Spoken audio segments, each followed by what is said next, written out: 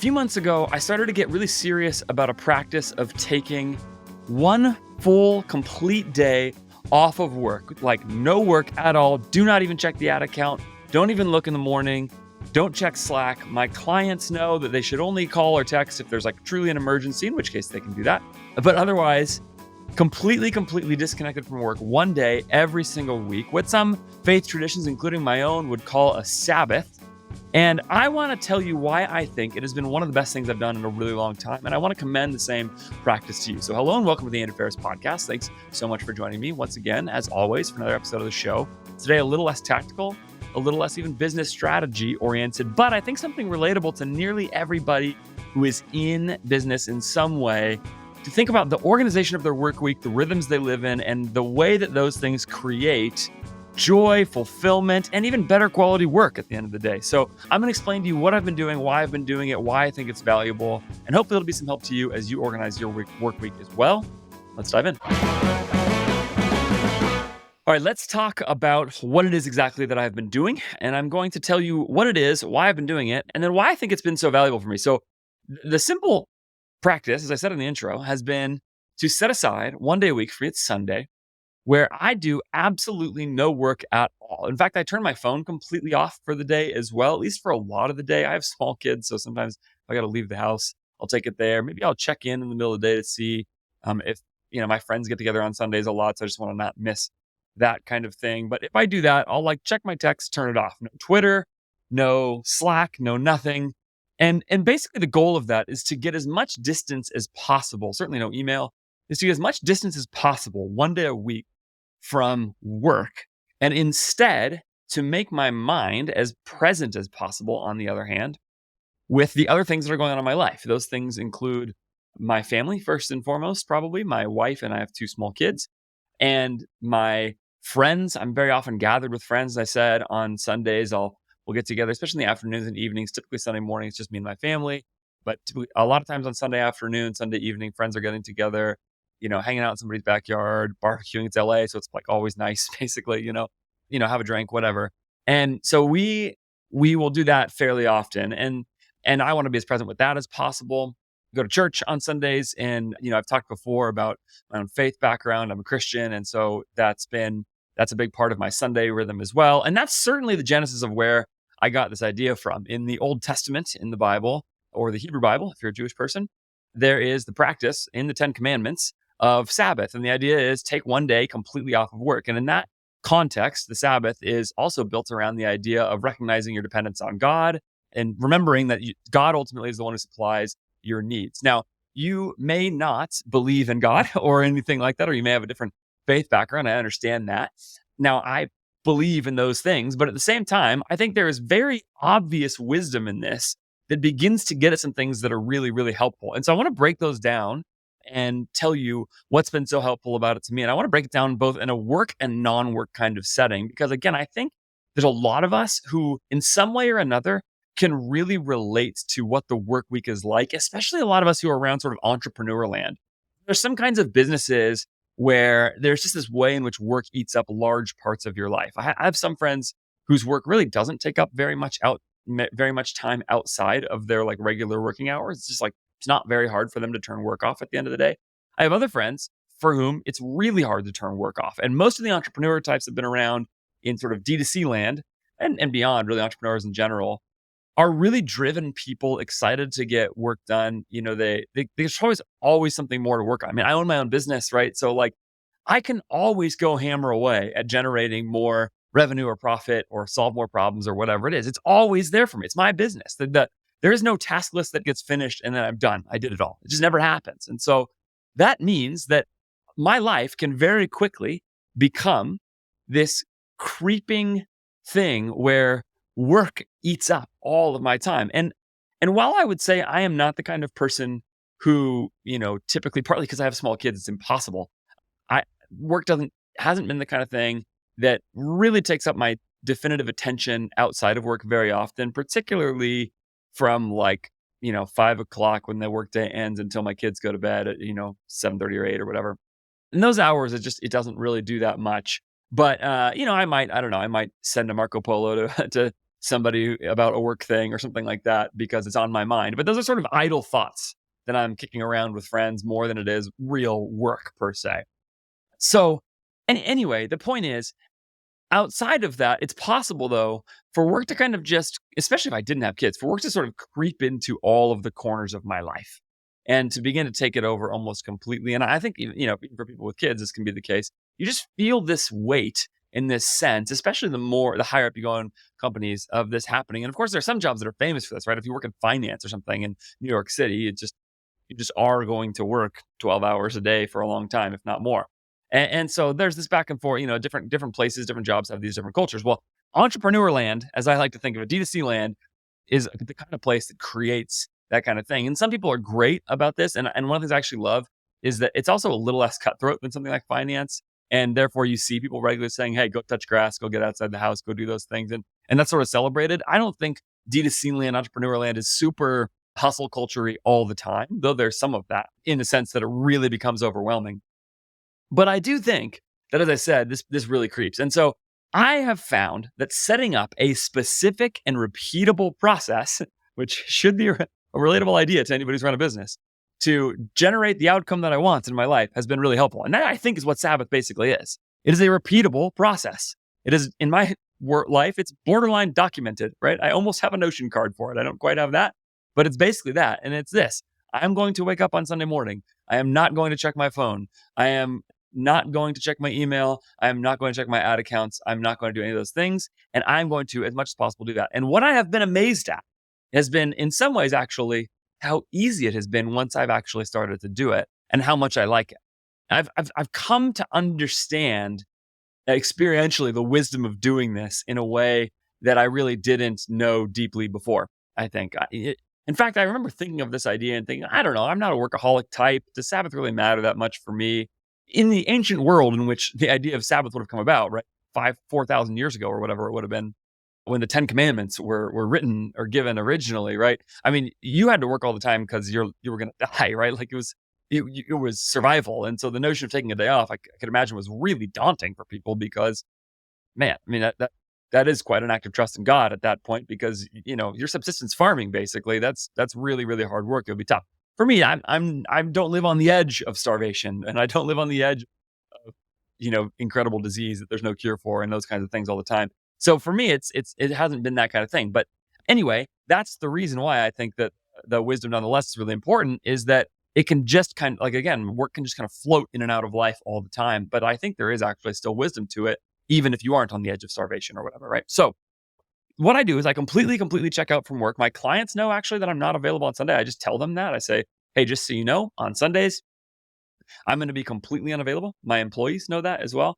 I tell them, if there is a true, like, if something's on fire in the ad account, suddenly there's $50,000 in spend happening, don't wait till Monday to tell me. Like, I'm more than happy to jump on real fast and take care of a true emergency. It's not like you don't have to be that rigid about it. It's just that, as a general rule, I'm not going to work on small things. I'm not going to even work on medium-sized things. I'm not even going to work on reasonably big things. I'm going to work on, instead, only things that are truly emergencies in the ad account.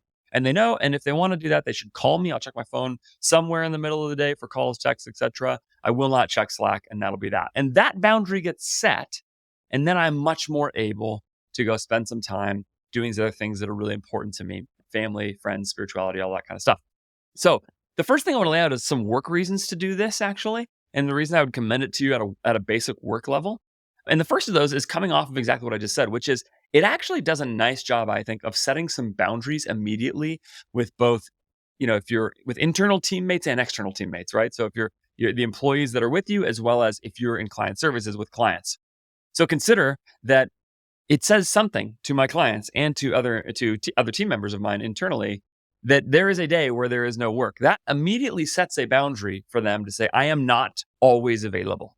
And what I have found is that, first of all, everybody understands that. Like, I happen to be in a place in life and in work where I also can be sort of selective about clients. And if a client was like, no, I need you on all the time, I would say, well, then good luck. Let me give you a different agency recommendation, because I would not take that client. But it also just generally sets boundaries for them for the same thing. Often they're not necessarily trying to be rude or take up too much of my time. it's just that they have the same work creep thing that I was talking about earlier for me, right? That I don't know, they're idly sitting by, they've been reading in the morning, finished breakfast, whatever. Maybe they go check their ad account and something looks a little bit off to them. And or their Shopify's on their phone and so then they just shoot a text over and say, whatever. Well, now they know I actually can't engage with that all the time. I need some time to shut my brain off, and it sets a boundary and begins to reinforce that idea that there are some boundaries. And there are plenty of client services people who know what it's like to feel like you've got six bosses telling you what to do every day, all the time. I've certainly had clients like that in the past that were just sort of really aggressive all the time. And setting that kind of boundary ends up being a really good signal for what's going to happen and what's not going to happen in your working life. Okay. Number two, and this is another really direct work thing, which is that it gives you space for broader thinking. Just because I am not working does not mean I never think about work during the day. Very often, what I find, in fact, is that as I am more idly living, not necessarily true idleness per se, but as I'm just sitting and reading a book that's not related to work, it's not a business book. That's another thing I don't do. I don't read business books on Sundays. I don't read a lot of business books in general, but I don't, if I'm gonna read something, it's gonna be something that's gonna be outside of work. And I'll explain a little bit more about that thinking in a second. But as I do those things, what happens is my brain puts together thoughts that then end up relating back to my work stuff. Because it turns out that your companies are just companies full of people, and your products are products that people use. And it turns out people are more well-rounded than just work automatons or whatever, and product buyers and consumers. There's more to it than all of that. And suddenly your brain is able, by spending some time away from the specific and located problems in your business.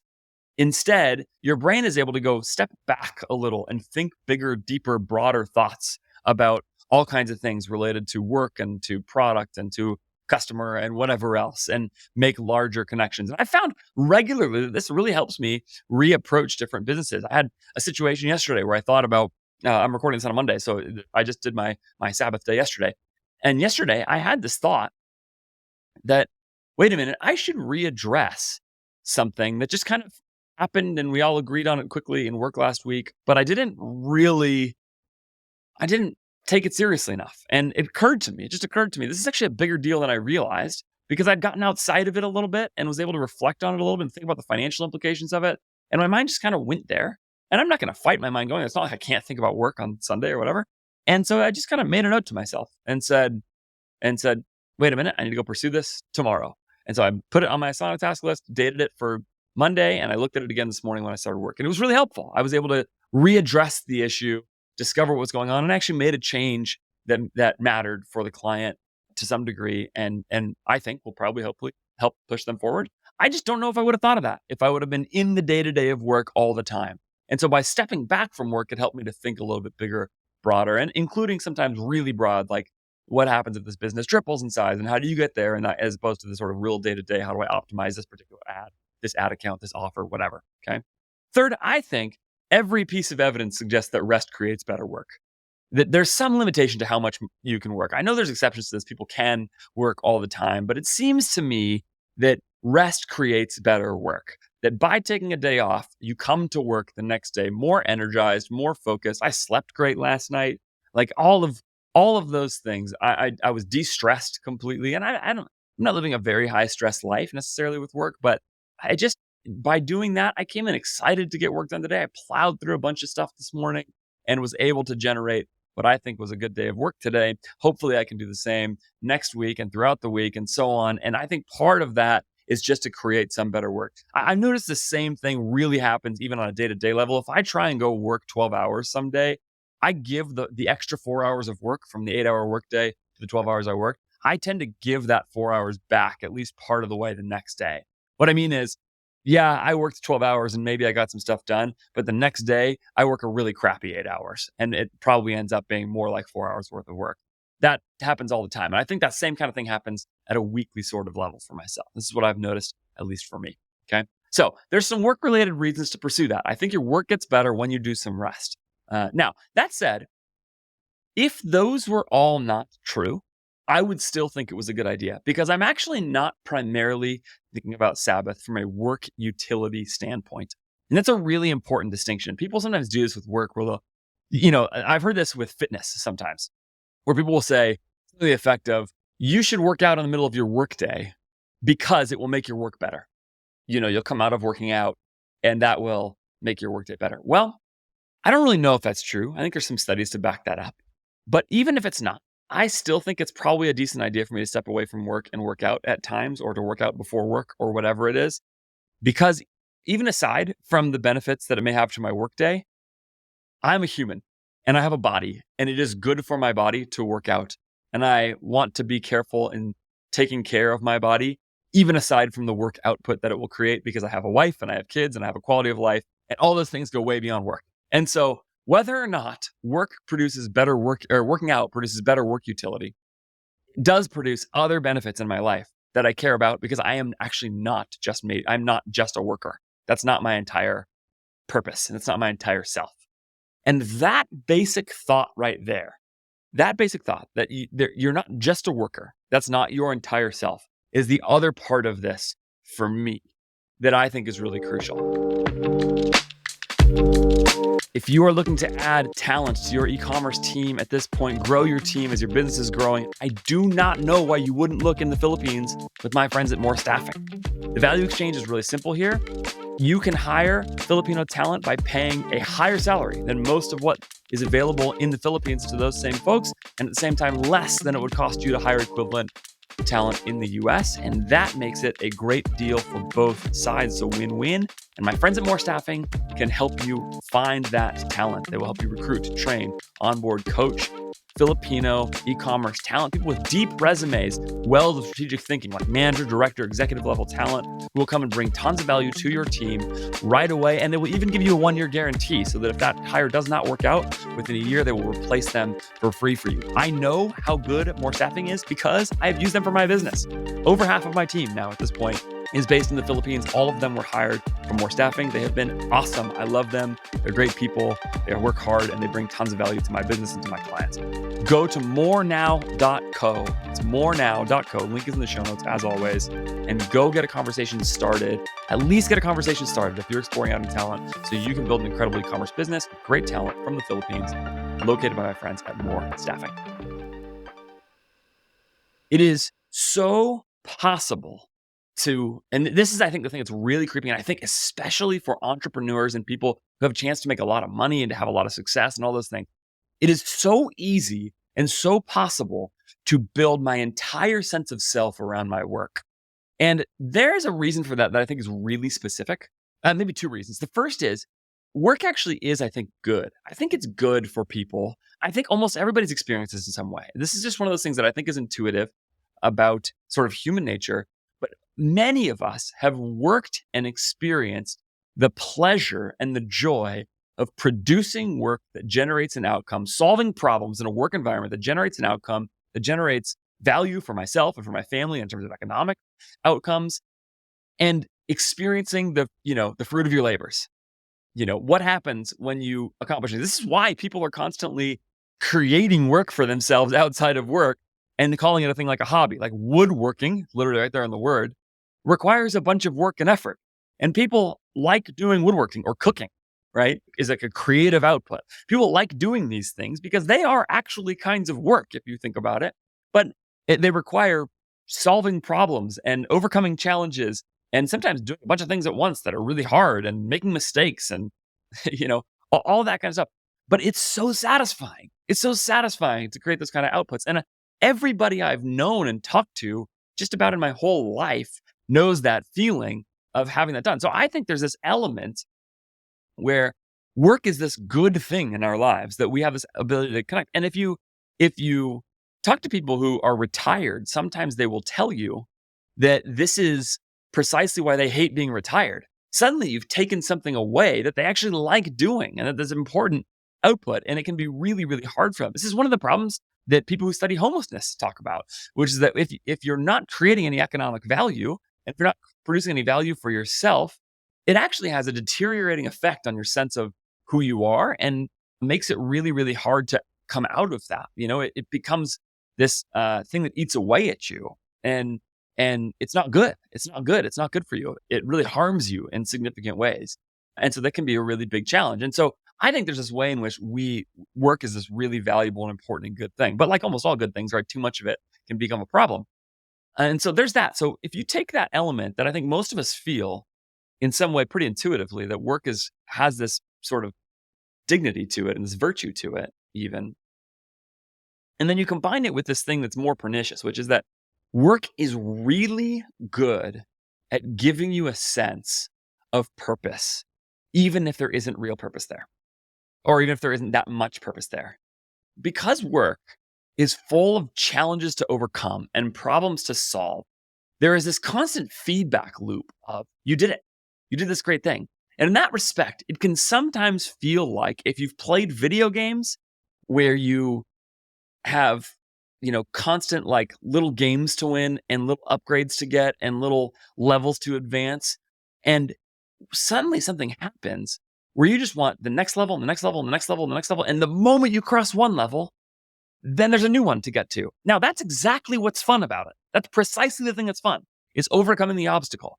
But what also many people know is that if you do that too much with video games, right, it can eat up your entire life and can turn you into create antisocial behaviors and like all these things, right? You know what I'm talking about. I'm not saying never play a video game, blah, blah, blah. I'm just saying, this feeling, like you can eat up 20 hours in a day. You finish it and you go like, whoa, what did I just spend my whole day doing? At least I've experienced that. All right, I'll speak for myself. Okay.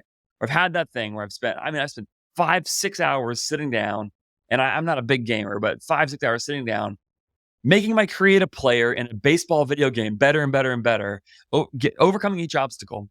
And when that happens, then I finish it and I go, wait a minute, I just like quote unquote accomplished all these things, and it actually didn't accomplish anything that was meaningful to me. I didn't really care. Once I put away the video game, I walked away from it. Then I just felt like I had wasted my time. If not all the time again. I hope you know what I mean. Okay. So here's the thing. That effect that I just described is exactly what I see happen with everybody's Shopify best revenue day ever. I've talked about this a lot of times, but it's one of the things that is most pernicious about owning your own business, working 80 hours. The moment you hit your highest revenue day ever, it is awesome for like a minute. And then what happens is immediately you think, how do I level up to the next level? How do I get to the next new and highest revenue day ever? And it gives you very short-term satisfaction. It keeps you coming back for more, And I think that coming back for more, that next problem to solve, that next challenge to solve is both precisely what's great about work and precisely what's dangerous. It's the exact thing that can make it so that work eats up your whole sense of self and your whole life. And in my experience, the problem with that is if you keep doing that, and that becomes the only thing that you give yourself to all the time, that actually there is a way in which at some point you walk away from the work video game and you go, what did I just do? Did I care about that as much as I felt like I cared about it at the time? Or did I just level up a bunch of things that didn't matter that much to me? And I have heard this story. Like my very favorite conversation to have right now is to talk. You might have noticed this on my podcast. I've talked with a few people.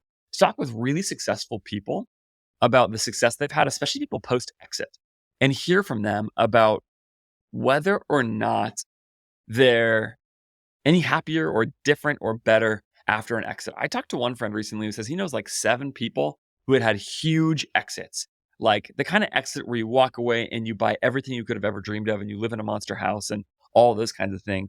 And he was saying, he was actually referencing that specific person.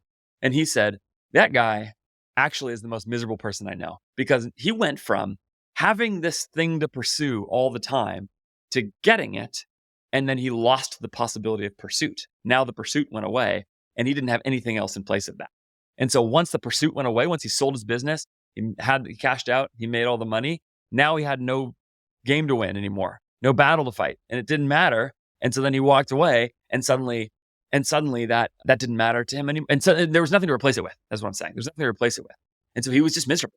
He had no reason to get out of bed every day. And it became this really, really miserable thing in that respect. There was no sense of value to add into the world because he just didn't have something else that he cared about. And work is so good at giving you a sense of purpose because it's goal orientation all the time, even if you don't have like another sense of purpose in your life. And my theory is that actually work doesn't do very well at deepest purpose. that it's really good, it's valuable, and we have that sense of pride in the work that we accomplish, but that actually deeper levels of purpose and meaning are not necessarily what work can deliver very well. And therefore, taking one day off per week forces you, to bring this back around to the original point, forces you to connect with some other area of purpose in your life. I think this is incredibly valuable. If what I'm saying is true, and you are not wired for, made for just work, then by taking one full day away from work every week, you have to find something else that you're made for. You have to find something else to invest in and find other things. For me, I think about, again, I mentioned the things that take up my Sunday, right? Family, friends, my faith. Those things, I didn't mean to do 3 F's there, but there we are. Family, friends, and faith. Okay, there you go. 3 F's, you can remember them. Okay. All of those, I think, tie me to things that all have deeper capacity to give me something more significant in purpose in life. And I care about those. And I believe, and here's the thing, I think most people listening to or watching this agree with me about this, that they also believe that there is a deeper level of purpose beyond work. I actually think most of us have a creeping sense in some way that work can't deliver everything that people want. Now it keeps you coming back for all the reasons that I said. And I'm not, again, look, I work hard. Like I'm not saying don't do that. I like my work. I'm proud of my work, all those things. But I think that, again, many of us have this sense that we know intuitively that there are other things. This is why we talk about the importance of family and some of that stuff, because we know there's something about my child that has a better ability to deliver something important to me than just my work itself. And this is why people also sometimes really like the idea of like reaching the FIRE movement, right? Financial independence, retire early. The notion behind that idea is that what they want to produce is the ability to spend time on things that they think matter more. Now, I think actually you take work completely out and now you have a different problem, right? Now, again, you don't feel like you're adding any value. And so that creates its own problems as well. So I'm not interested in retiring and going to sit on the beach for forever. I think I'll work for as long as I can, at least in some capacity. Now, it may not be paid work. There could be all kinds of ways that I spend my time, but I think there has to be some way in which you're trying to add value to the world via your labor, and via your time and your best efforts and your best mind, your best strategic thinking, all that kind of stuff. But that's the point. By spending one Sunday per week doing that, I begin to invest in those things with more seriousness. I'm building operational process with more seriousness now around the other things in my life that matter the most to me. And it's not like I never look into those things the rest of the week, but by focusing a day on those, I remind myself that's the case. In that respect, it's sort of a diversification strategy, right? If it's true that work is good, but work can be all consuming in a way that isn't good, then one of the ways that I fight that, I diversify my meaning channels, right? By pursuing other kinds of work. Or excuse me, by not pursuing other kinds of work, but by pursuing other outputs in my life. And that's what I mean by its diversification strategy. It points me towards these other things and makes me connect to them. Okay, so that hopefully gives you some sense of the way I'm thinking about this, but I want to give you one last point. And that is, I think that the thing that non-work pursuits, like relationships, 3 things I said earlier, right? Faith, family, friendships. I think that those things also have one more capacity to give me. And this is a baseline belief for me in life. I believe that all 3 of those have capacity to deliver to me deeper joy than anything else. And as you might have heard me say before, if you've followed my content for a little while, I am attempting to optimize my life for joy. Actually, in some respect, that is the starting place for this whole episode. My goal in life is to optimize for joy. I want to, as best as I can, organize the behaviors of my life around the things that are going to optimize and produce the maximum amount of joy. And so I have to begin to develop theories and strategies around what is going to deliver the most joy to me. And the place I'm planting my flag on that right now is that things that have more deeper meaning and value have the ability to do that. And I think nothing is more valuable than God. Nothing is more valuable than my family. And nothing is more valuable than my friends. And what I mean by valuable there is imbued with a sense of depth of meaning and importance by nature of being humans, or in the case of God, by nature of being God, to do those things. And so again, I organize my Sunday specifically to pursue those things because I am optimizing my life for joy. And it keeps work to some degree in its place. Now, I'm giving a lot of time to work in my life. Again, I think it's important. Don't hear me wrong. But I'm attempting to do those because I think there's also something else, which is this sense of joy. And in as much as possible, I'm doing that now, imperfectly, of course, right? I'm sure there are times on Sunday where I pick up work, right? Again, I'm yeah, you see what I'm saying. But in all of these things, attempting to pursue as best as I can the things that I believe, as best as I can, look around at the world, pay attention to smart people and wise people around me, and think about the inputs that I have access to. I'm looking at what are the things that have the highest capacity to deliver me joy, and then trying to build, again, operational process around those things. And I believe that on once a week, I'm going to connect to those things better by totally disconnecting from work.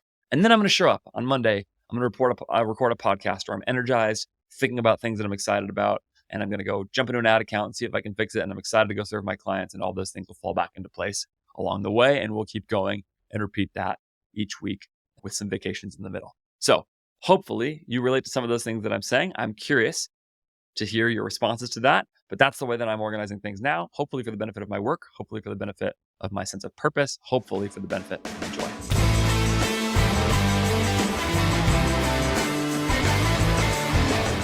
All right, like I said, very different episode today than other ones I've done. I would love to hear from you about what you thought about this. I'm curious if you have similar practice. I'm curious if you have disagreements with me or agreements with me. I would love to hear about them. Put them in public on Twitter at Andrew J. Ferris is the best place to do that. If you want to talk about it there, you can email me at podcast@ajfgrowth.com. If you have any thoughts, questions, any ideas around anything that I just said, I would absolutely love to hear from you about those things. And of course, anything else that I'm doing can all be found as usual at ajfgrowth.com. But yeah, please do give me any response you have about that. Also, even if you just have any thoughts about whether or not this is the kind of topic you're interested in hearing from me about, I would love for you to tell me. I'm just curious what you thought.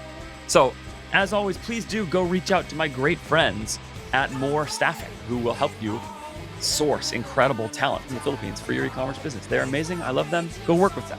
Don't just get virtual assistants. Go get virtual professionals from the Philippines. Let More Staffing help you. Go do that. All kinds of great episodes coming up. I've got an episode with Barry Hott coming very soon to talk creative strategy with a guy who's thinking on this has really helped me as I've developed my own thinking. Barry and I are going to chat about that real soon. And again, there's just a whole bunch of great episodes coming. I have a few more interviews lined up. I'm going to catch back up with Jack Rubin pretty soon. How things are going at Purdy and Fig preview. They are going awesome. And of course, solo episodes mixed in all the time as well. Any thoughts you have, please send them my way. Otherwise, I would love to have you share this episode with somebody if you thought it was useful to you, and a rating and review and a subscription are always helpful. Until next time, thanks for listening. Thanks for watching. The script with my eyes closed.